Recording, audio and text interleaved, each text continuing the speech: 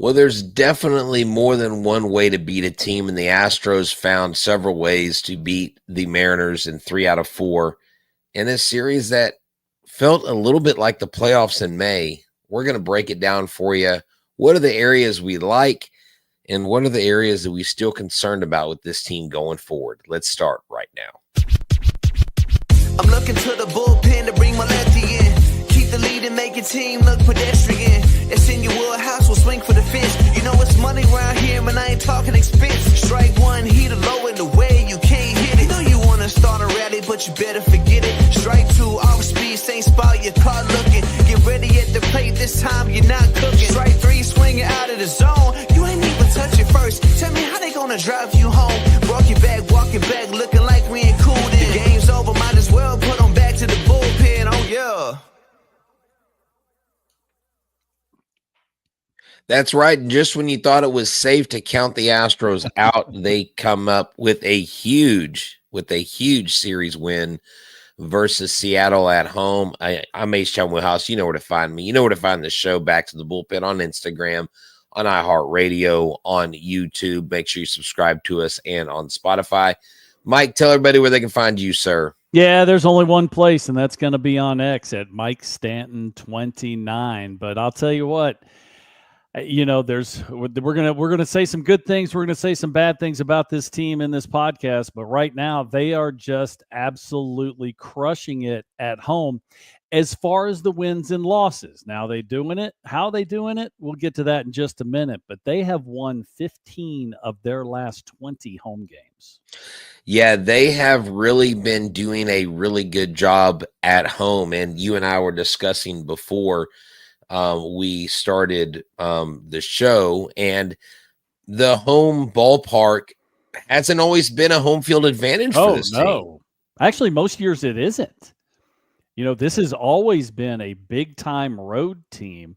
You know, the 2017 year and all the fiasco, everything that happened there, there's reasons behind that. We can talk about it if you want. But, you know, they were killing it on the road. You know, that was the year Jose Altuve hit like 400 on the road. But the whole team was hitting well on the road. 22, a little different story. They were a little bit better at home than they were on the road. They were just a good team all the way around. But most years, you know, this has been through this long run, this golden age of Astros baseball that we like to say. This has been a road team. You know, they have played better road than right here at then Minute Maid Park, now Daikin Park. But I'll tell you what, this year they are winning a lot of baseball games right here with the home cooking. Right. You know, and that's what you like to see. Obviously, when a fan goes to the game, they want to see their team win. And like you mentioned, we would see this team go on the road and score 6, 10, 12 runs. Right. You know, just crush other teams and come home against, you know, the likes of the Royals when they were down, or, you know, Oakland when they were Oakland. And it just never seemed like things would, you know, water would never really find its level. But, and speaking of water finding its level, Christian Walker, you know, yeah, the bad speed has been there. You know, this isn't like Jose Abreu 2.0, but there have been a lot of things thrown at him, and, you know, his first base cursed and all this stuff. And today, and I believe you sent me a message today, and you basically said this is Walker's signature Astros moment. It was a big swing. It was a laser shot to the Crawford boxes, but definitely welcomed by the Houston Astros for sure. Oh, and needed. I mean, because you were playing the team that you're trying to track down. You know, this team came into this series with a pretty sizable lead. It's not nearly as big as it was because the Astros just have a tendency to play well against the Seattle Mariners. And usually they do it in Seattle. Well, right now they're doing it. They did it right here in Daikin Park, right here in Houston. And it's good to see. And what a big swing. I mean, you know, and this was not a big, majestic home run. This was a fastball on the inside part of the plate. He just hit a low linea line drive into the Crawford boxes. That ball had some serious exit velocity. I don't know what it was, but it got out in a hurry. And, signature moment, what does that really mean? Well, I mean, listen, he's been on the Astros. He is an Astro. You had him all the way through spring training. He's had a few, pretty big hits. But, you're looking for that one moment that you say, okay, he put the team on his back. The Astros, it was a 3-3 ball game. You were staring at extra innings, right in the teeth. And, he put a swing on a mistake pitch and drove it out of the ballpark. And, that's one of the celebration was pretty cool. Afterwards, you saw the big smile and his celebration. There's probably no one more frustrated with Christian Walker than Christian Walker. So this was a big moment, and maybe this will be what he needs to kind of take the pressure off of himself and start seeing that dynamic bat we've seen over the last few years in Major League Baseball. Yeah, definitely. And that relief was obvious because it was pretty cool. It countered the frustration. Yeah. It countered the looks on his face like, I cannot believe that. Like, he was getting so close. And earlier, I think he hit, an RBI single. So he had like 2 or 3 RBI singles this series. Yeah. Well, he's had some RBI. He's got 23 now with this 2-run shot. So he's got RBIs. It's not like he hasn't done anything at all. He just hasn't been the dynamic offensive player that we've seen in the past. And listen, another common theme. I mean, I know I'm wearing this one out. It's been a small sample size. This is about the time of year when you see general managers really start to take a good look. Sample size now, it's still not big, but at least it's not, you're not just talking about a few weeks. You're 6-7 weeks into the season now.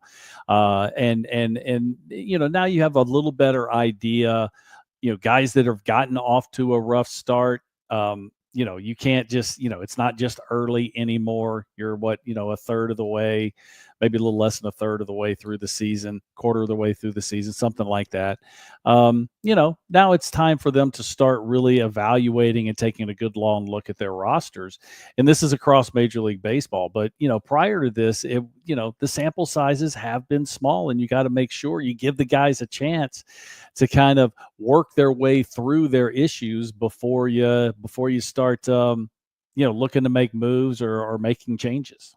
Yeah, definitely. And speaking of sample size, we know the Mariners traditionally, I say in the last 8-9 years, they love starting out hot. I mean, the Mariners seem to really strike the iron very, very early, and they are just beating everybody. And then they just have this, not catastrophic. Well, I guess in some cases, last year it was. Yeah. Yeah, exactly. Last year was, but I thought it was key that the Astros beat the Mariners in a 3 out of 4 games, while the Mariners have been hitting the ball really well. Cal Riley, 17 home runs. You got Castillo there. You got Brian Wu. You got George Kirby back.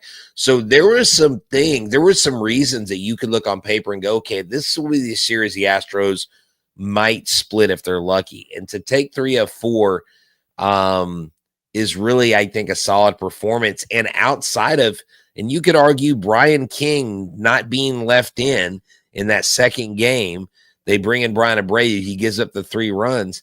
The Astros were real close to a sweep of the Mariners, and that is solid work. It's one of the harder things to do is to sweep a 4-game series, and maybe we'll call it a distant second is winning a 4-game series. Especially when it's a team, an interdivisional team. It's a team that is in first place, that is playing very good baseball.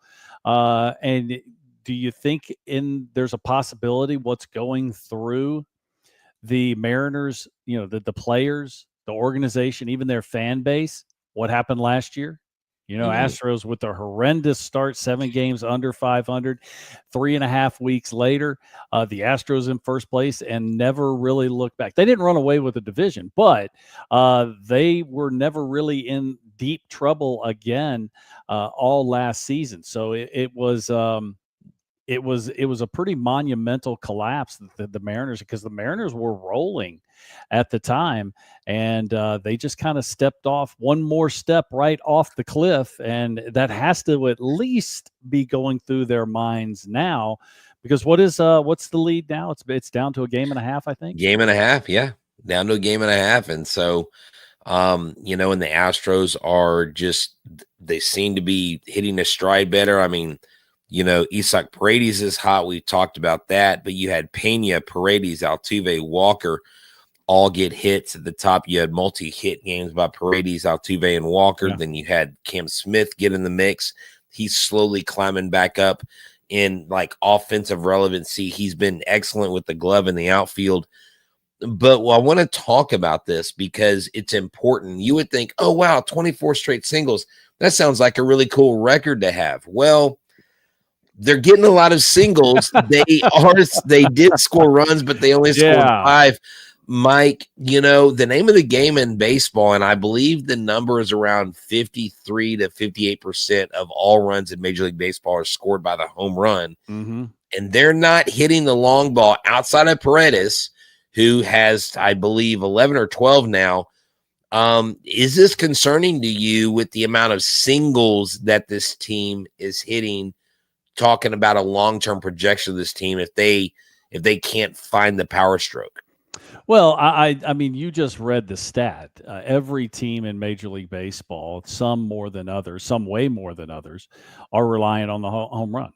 You have to drive the ball out of the ballpark to score runs, because with pitching staffs nowadays, especially, the better pitching staffs with all the velocity, you're just simply not going to string 3 or 4 hits together on a regular basis to put up a crooked number. Yeah, you want to put up one run, that's fine, but one run doesn't win baseball games. Right. You need to have 4 or 5 runs, and that has been another issue for the Astros. They are 9-19, which actually isn't that bad of a record when scoring 3 runs or fewer.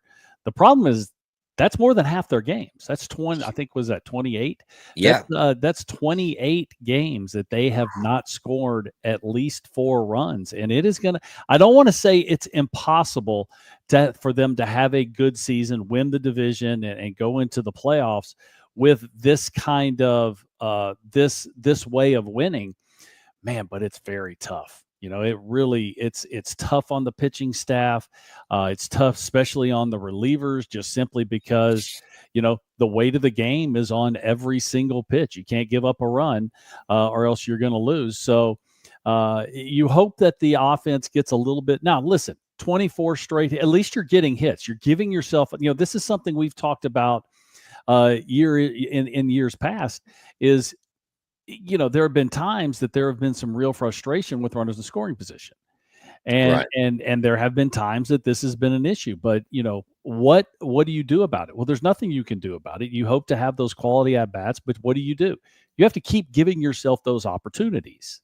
And they had 12 opportunities today. And they were able to score 5 runs. Now, you get a few hits, the batting average, you go 2 for 12, 3 for 12. The batting average isn't that great, but that's when you're going to score runs, especially when you're not driving the ball out of the ballpark. When you're driving the ball out of the ballpark, all of a sudden, runners in scoring position, it's not that big because, you're in scoring position at the plate. But the Astros just simply aren't hitting home runs. Yeah, they were 2 for 12 today with runners in scoring position. Can you imagine if they would have done that with 4 hits or even 6 hits? And, and not that you're going to go 6 for 12 every single game. Or how about somebody hit a home run? Yeah. I mean, exactly.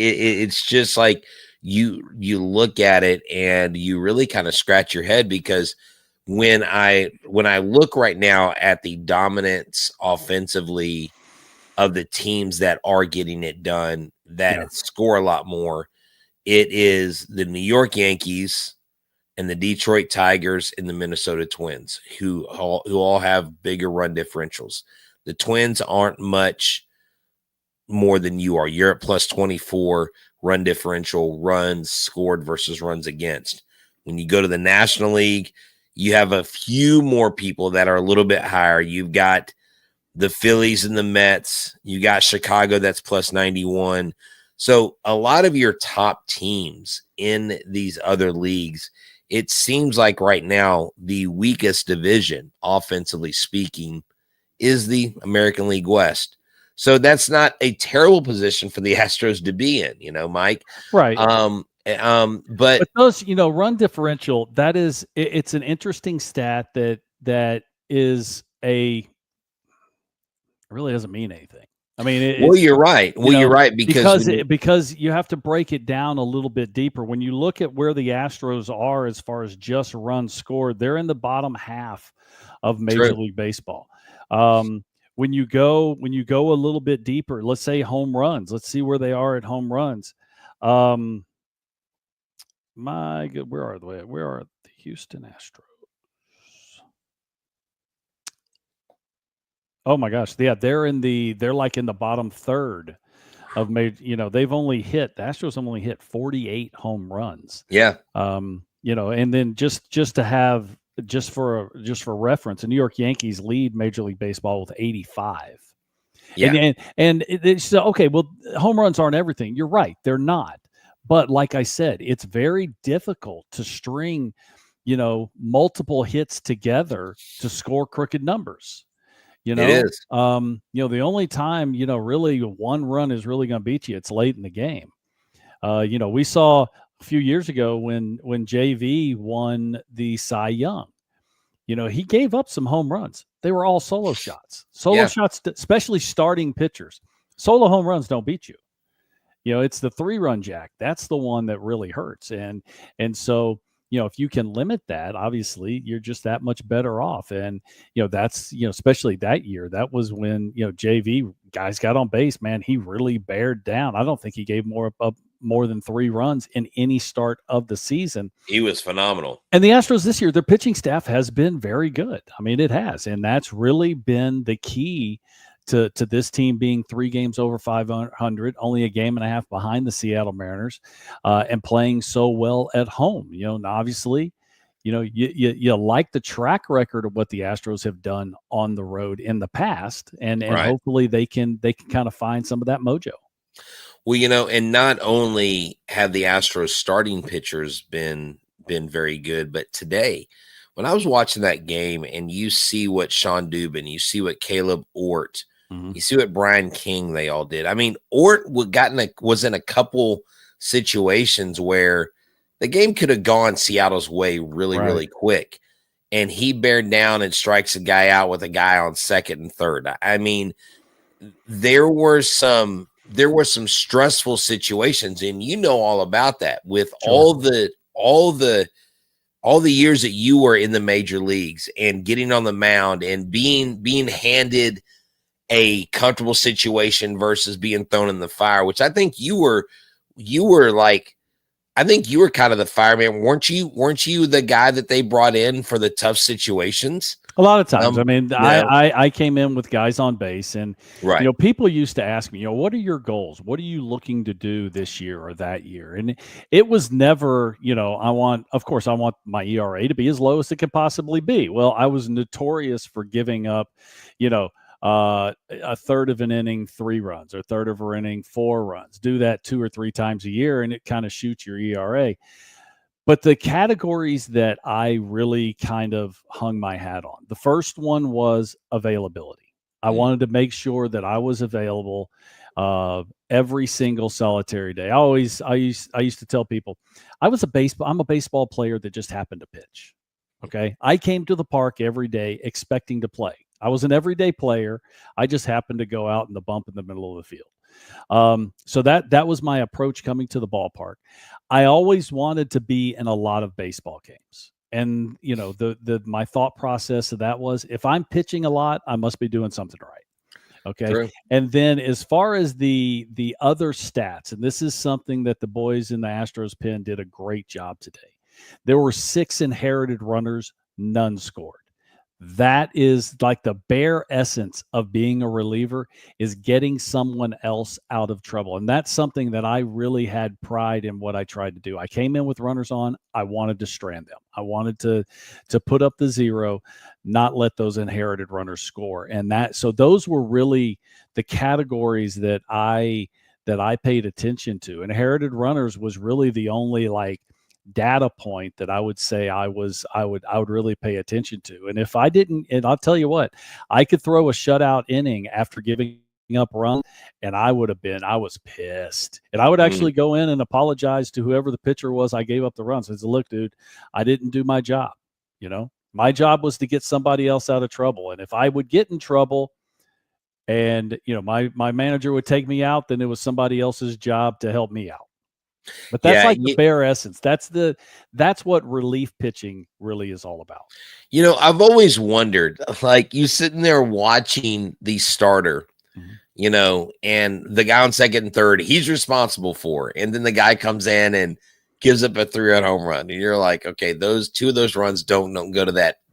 Don't go to the guy on the mound. Listen, or you give up a double. You got 2 outs. You give up a double off the wall. Those 2 runs score, and then you get the 3rd out, and you walk off the mound, and okay, I still have a 0 ERA for the game, but the other, I just painted my boy with 2 Ernies, man. You just feel like crap. Exactly. And, so yesterday's game, we had Framber Valdez. He did only go 6 innings. Then they used Souza. He had base runners. He had had 4 walks, but yeah. So, but after him, they had Souza, they had Abreu, and they had Hader. And they had used Hader back-to-back games. They'd used Abreu back-to-back games. Mm-hmm. So you wondered who was going to step up. And, Mike, Brian King has been a bright spot in this bullpen. He comes in, he has a 3-0 record. The guy has a 1.52 ERA on the season, 2 strikeouts and 1 1/3 innings, just doing an absolute phenomenal job. He may be their most reliable, including Hader. He may be their most reliable reliever. Absolutely, of all the guys that are not Josh Hader. He has been nothing short of spectacular, and I really feel like it's the sample size again. He pitched well last year too. The sample size is big enough now that he is probably going to start getting more leverage innings, whether it's a left-handed hitter or a right-handed hitter. Yeah, because he has 9 appearances in May. He had 14 appearances in April. And so it looks like he is becoming one of those reliable guys. And that's why when we go back to the offensive portion of this conversation that's why it's important to start getting lift on the ball, to start hitting home runs, because you're going to want your team to be able to support what your pitchers do. Because if your pitchers go out and throw zeros on the board and your pitchers go out and they get outs and they get strikeouts or whatever, you want your offense to come out to put a 7 spot every once in a while on the scoreboard. Yeah, you need a 9 spot, right? It's called a laugher. Everybody's having a good time. There's a fight at the bat rack because it seems like everybody that goes up there gets a base hit. Right. Every once in a while, you need one of those, especially when you're in a place where the Astros are offensively, where it just seems like they're winning ball games, but every freaking game it's a grind that for the pitchers, you have to make the pitch right now, or you lose the game, or we need somebody to get a runner from second to third. You need to have one of those games that you just relax and have fun, maybe hit a couple home runs or whatever, but and you score a big number. And again, it's all about confidence. This whole game is about confidence, and confidence, comes and goes like the tide. If you're down in Galveston, sometimes your confidence is really, really high. Things are going well. You feel good at the plate. And then 2 days later, man, it feels like you hadn't got a hit in 3 weeks when it had only been a couple days. And that's just the ebb and flow of Major League Baseball, that even though these guys are the best on the planet, and some of the most insecure players I played with in my career were actually Hall of Famers, were the best in the league. But that fear was really what drove them to be as great as they were. Yeah, exactly. And, speaking of that, I think, Altuve is a first ballot Hall of Famer. He got 2 home runs in a game this series, and just, was so happy about it. But afterwards, He didn't give himself credit. He credited Never. He credited Paredes and Pena for being hot at the plate. He could have 4 home runs in a game.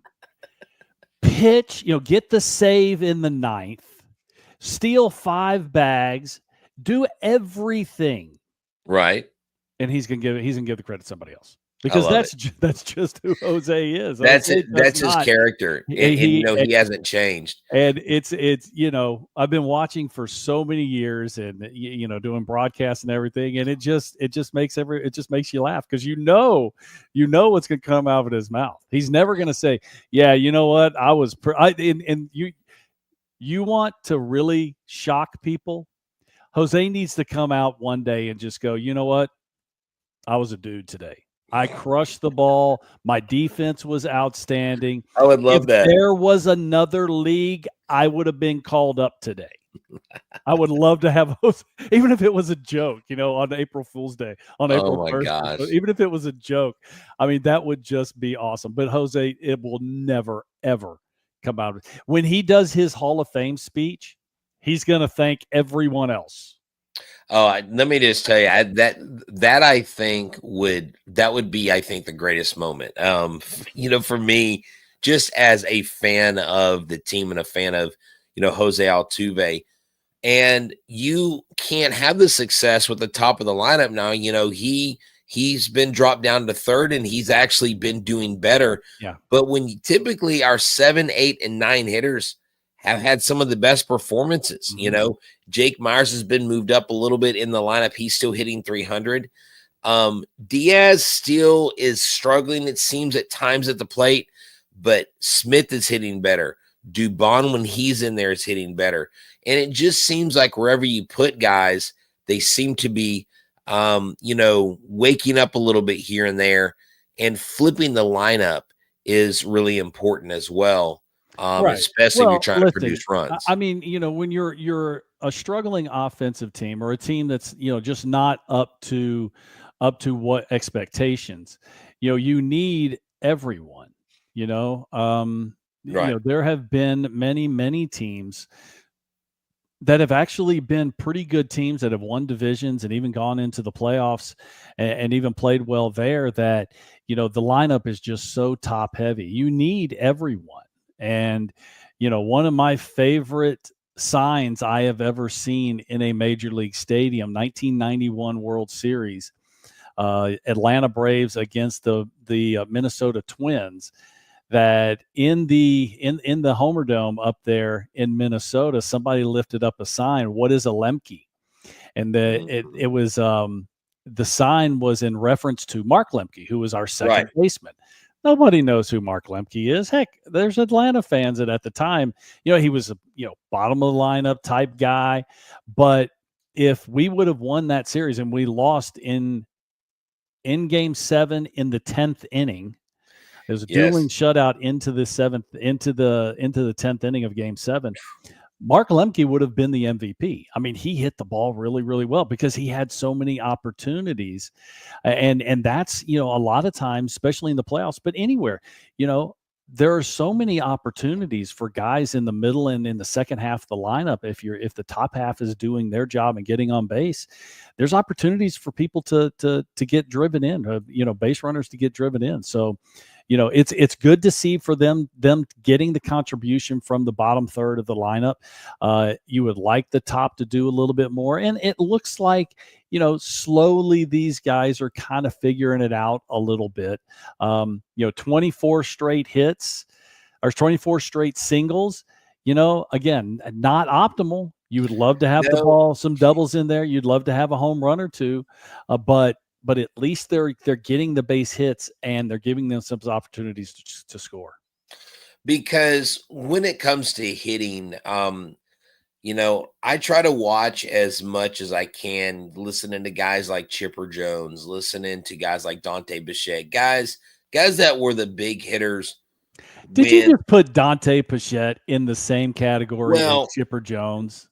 It's because Dante Bichette, I caught a clip of him this week as a hitting coach. And they both had a common I'm just theme. kidding with you, boy. I know. They both had a common theme where he was like, you don't try to hit the ball over the fence. Chipper Jones' famous approach was, I tried to put a hole through the middle of the center field wall. And I know you and I have talked about this a little bit before. Yeah. And there is such an emphasis on launch angle. I believe in the game Saturday, Isaac Paredes had either bases loaded or a guy on second and third. We were at the game, and he hit a ball. He hit a fly out to left center field that you could tell that when he swung the bat, he had one goal, and that was to send the ball out of the park, and he just got under it. I mean, he barely missed it. Well, listen, a home run is a product of a good approach and a good swing. And the problem, and one of the reasons we have in Major League Baseball, well, I'm not going to say right now because it's been over the last several years that you've seen strikeouts just go through the roof, is because of this new launch angle craze. Right. That you have hitters that are trying to lift the ball. And I talk to hitters all the time at the high school level, at the collegiate level, even in pro baseball, that, listen, as a former pitcher myself, if you have the uppercut swing, most of the time I'm going to get you out. I've got you. When you're underneath the ball, I got you. Now, every once in a while, you're going to hit one, and you might hit it a mile. Okay. But I can tell you that's okay. I'll give you that 1 for 10, that 2 for 12 or something like that. All the rest of the times you're out, you're an out. The guys that I had the toughest time against were the guys that had a more linear bat path through the zone. And if you look at Chipper Jones, and Chipper Jones is an example that I do use when I coach, that if you look at the swings that he put on the ball, even his home runs, if he catches the ball a little bit early, there might be a slight uppercut. But I can tell you as a fact, Chipper Jones hit down on the ball. He felt like he hit down on the ball. And that's what allowed him to square the ball up. You get, what do you have to do to hit the ball in the air? You got to hit the bottom part of the ball. You don't have to lift it. All you got to do is put some backspin on it.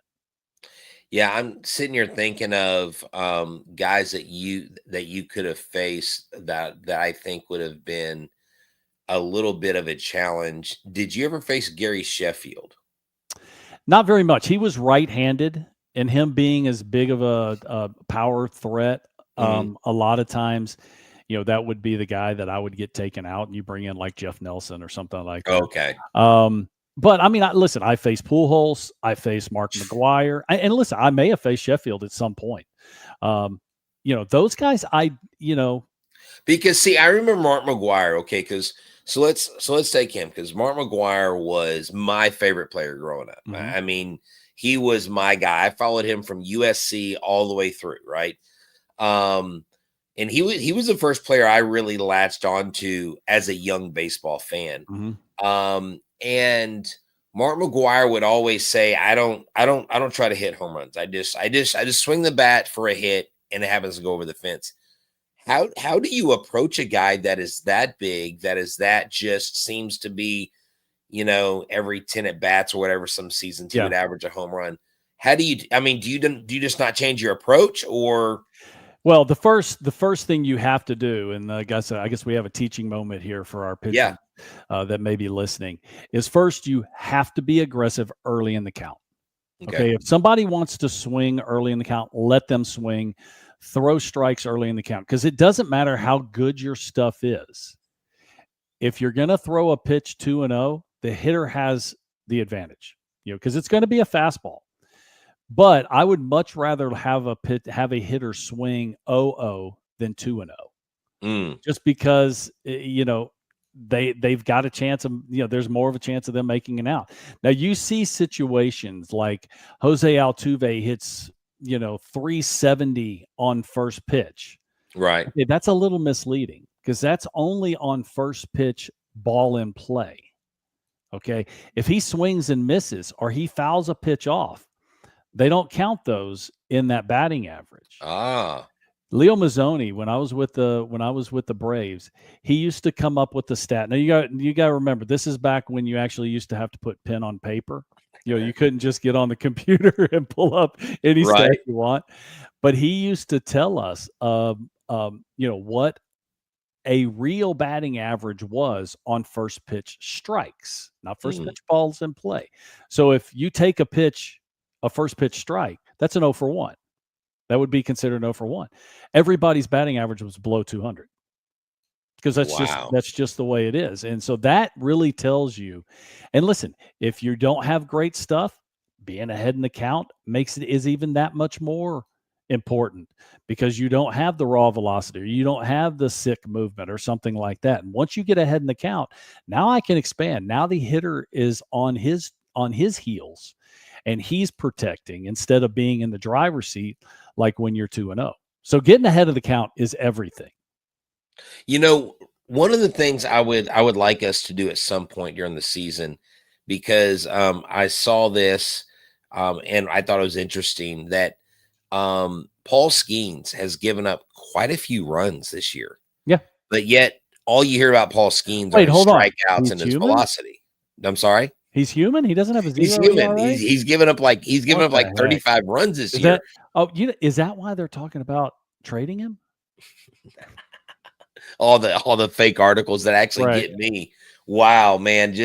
But it's interesting to hear that because from the perspective of someone who didn't do it at a high level, like most of us, probably just about everybody watching, not having the experience that you had, but just knowing that it's not just the approach, it's the coaching behind the scenes.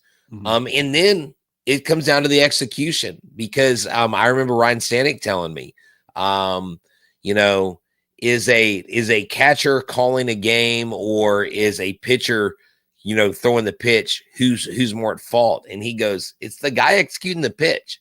The catcher can make the call, but if you don't execute that pitch, I will climb up and down one of my clients, one of my pitchers, when I ask him who called the pitch, and he said the catcher. I said, I will do this. I will take a deep breath, I'll, check my pulse, make sure I'm under control. And I go, okay, is it coming from the coaching staff? Is it coming from the bench? Because then you can't really do anything about it. Coach calls a pitch, you got to throw the pitch. But you go, no, the coach isn't calling pitch.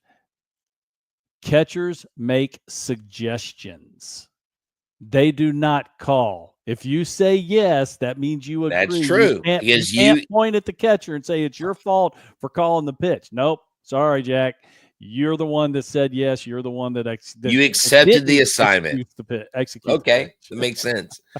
And hey, speaking of accepting the assignment, Mike Hunter Brown is just continues to, even though he gave up a few unicorn home runs last game, still, I mean, he made, and of course, power rankings are what they are, right? They're all subjective, and you can argue about who is the best. That's why you do a power ranking, is to get in an argument. Right. but right now, Hunter Brown is like number one. Yeah. I mean, and deserved it. He has been nothing short of spectacular. He got robbed for being pitcher of the month of April.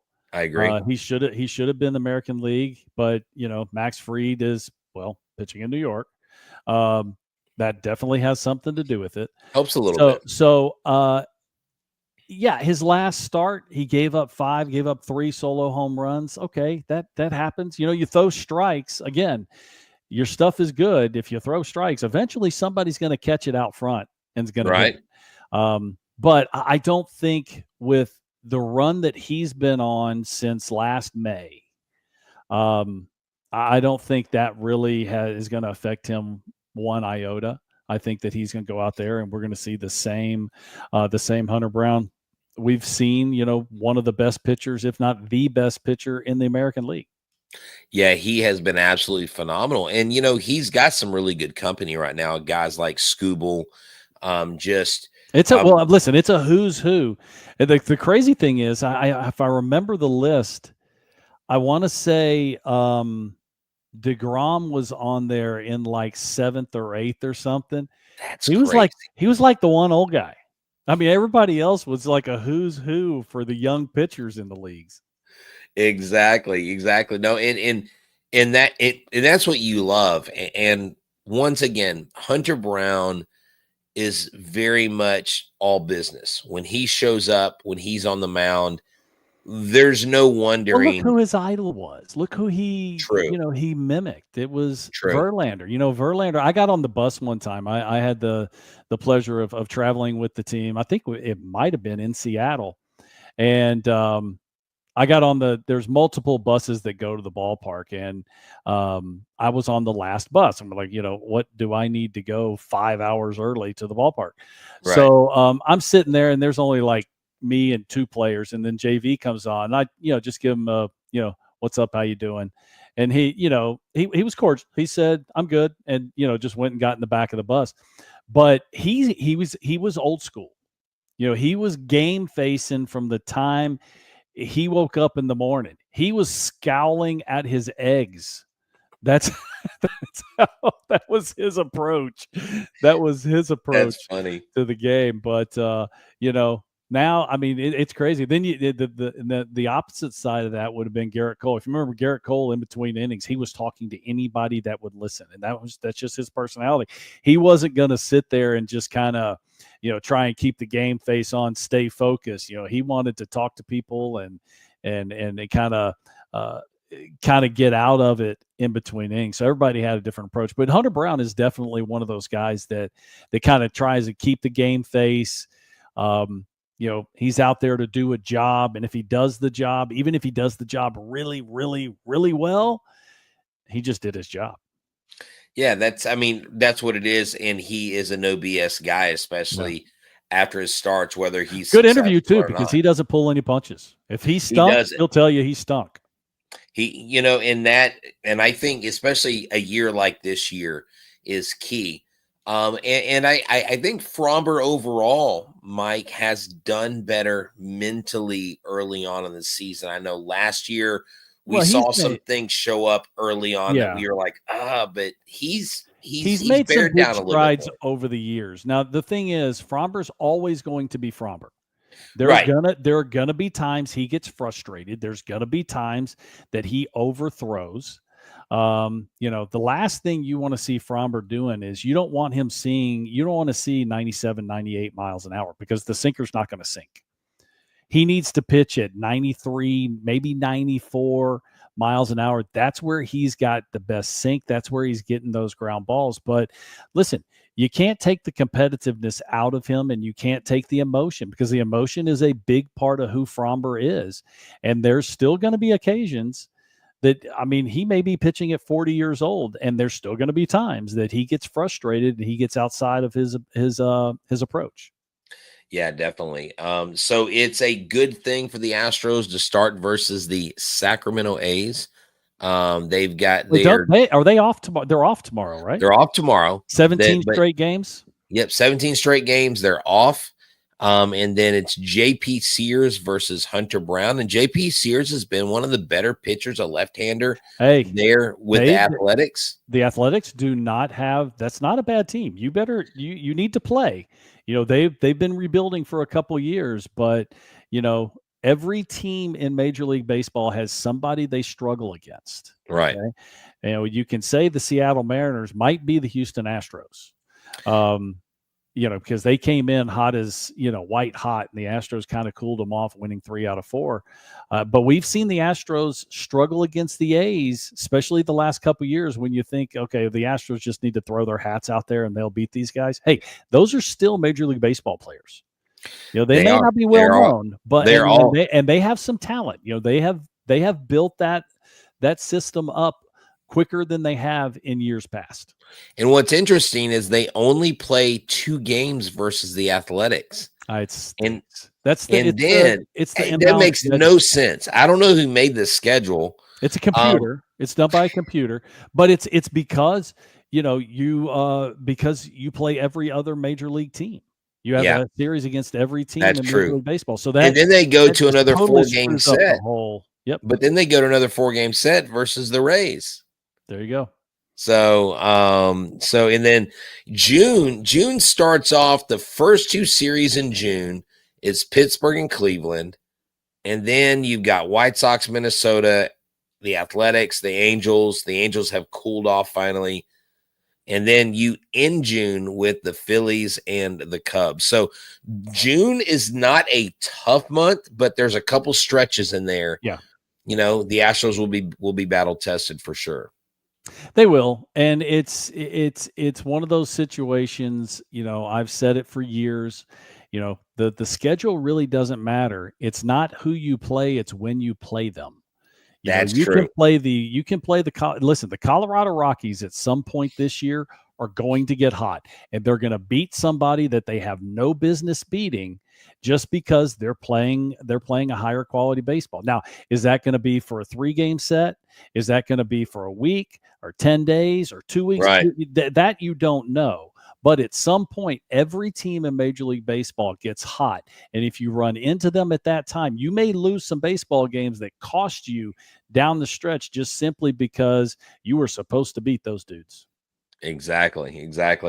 Well, man, this was a welcomed home series win. Out of 4, you take 3 and you hit them. Like you just said, it's not maybe how you beat them, but it's win. And I would prefer to beat Seattle when they're pitching, when they're throwing their best stuff, and when they're playing their best baseball, because, down the road, when you get closer to deciding the division, you've got that confidence and what you can do against them. And the Astros, listen, even as good as the Seattle Mariners pitching staff is with guys like Kirby, those guys don't scare the Astros because the Astros have had success against them over the years. And that carries weight. You go into a ballpark that you have not played well, you may not know the numbers, but you haven't played well, and you don't get warm, fuzzy feelings when you come out of the dugout.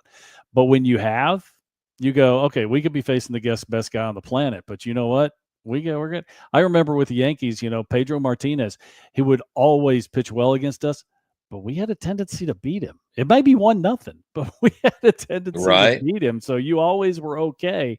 Yeah, this is going to be a tough game, but somebody needs to run into one, and then the pitching staff can do their job. Exactly. Well, Mike, this has been a great conversation. I look forward to another Back to the Bullpen session. We are going to come back on Wednesday night, I believe, and that'll be after the 2-game set. The A's and the Astros. But thank y'all for everybody here at Back to the Bullpen. Our guys at State of the Art Barbershop, 1616 South Friendswood Drive. Get your Back to the Bullpen T-shirt there at Rams Shirts. Make sure you go to Rams Shirts, not only for that, but your business promotion needs. They definitely have you set there. Yeah. You got the shirt right here. We're wearing it. The QR code is there. Ramshirts.com. Look up Back to the Bullpen. You'll find us there. One more thing. I hope everyone has a nice and happy or healthy Memorial Day. We need to remember exactly what this is for. Some gave what's the saying? All gave some gave all. That's right. And, we wouldn't have the pleasure of doing this and following this sport that we love so much if it wasn't for the people that passed away to give us these freedoms. Yeah, definitely. Happy. It's funny you say Happy Memorial Day, but like you said, it's not happy. It's a healthy Memorial Day and a safe one. If you're driving around, be safe. Make wise decisions. But seriously, to those who now, the happy part is most everyone's out of school, and this is the beginning of summer. Exactly. That's true. So yeah, including you. Yes, the mall was packed today. I actually felt like I was still in school. I had several students stop by Lids today to say hi, and for myself, everybody here, Back to the Bullpen, thank y'all for hanging out with us, and we'll see y'all Wednesday night. Adios. I'm looking to the bullpen to bring my lefty in. Keep the lead and make your team look pedestrian. It's in your wheelhouse, we'll swing for the fence. You know it's money around here, man, I ain't talking expense. Strike one, heat a low in the way you can't hit it. You know you want to start a rally, but you better forget it. Strike two, off speed, same spot, your car looking. Get ready at the plate, this time you're not cooking. Strike three, swinging out of the zone. You ain't even touch it first. Tell me how they gonna drive you home. Walking back, looking like we ain't cool.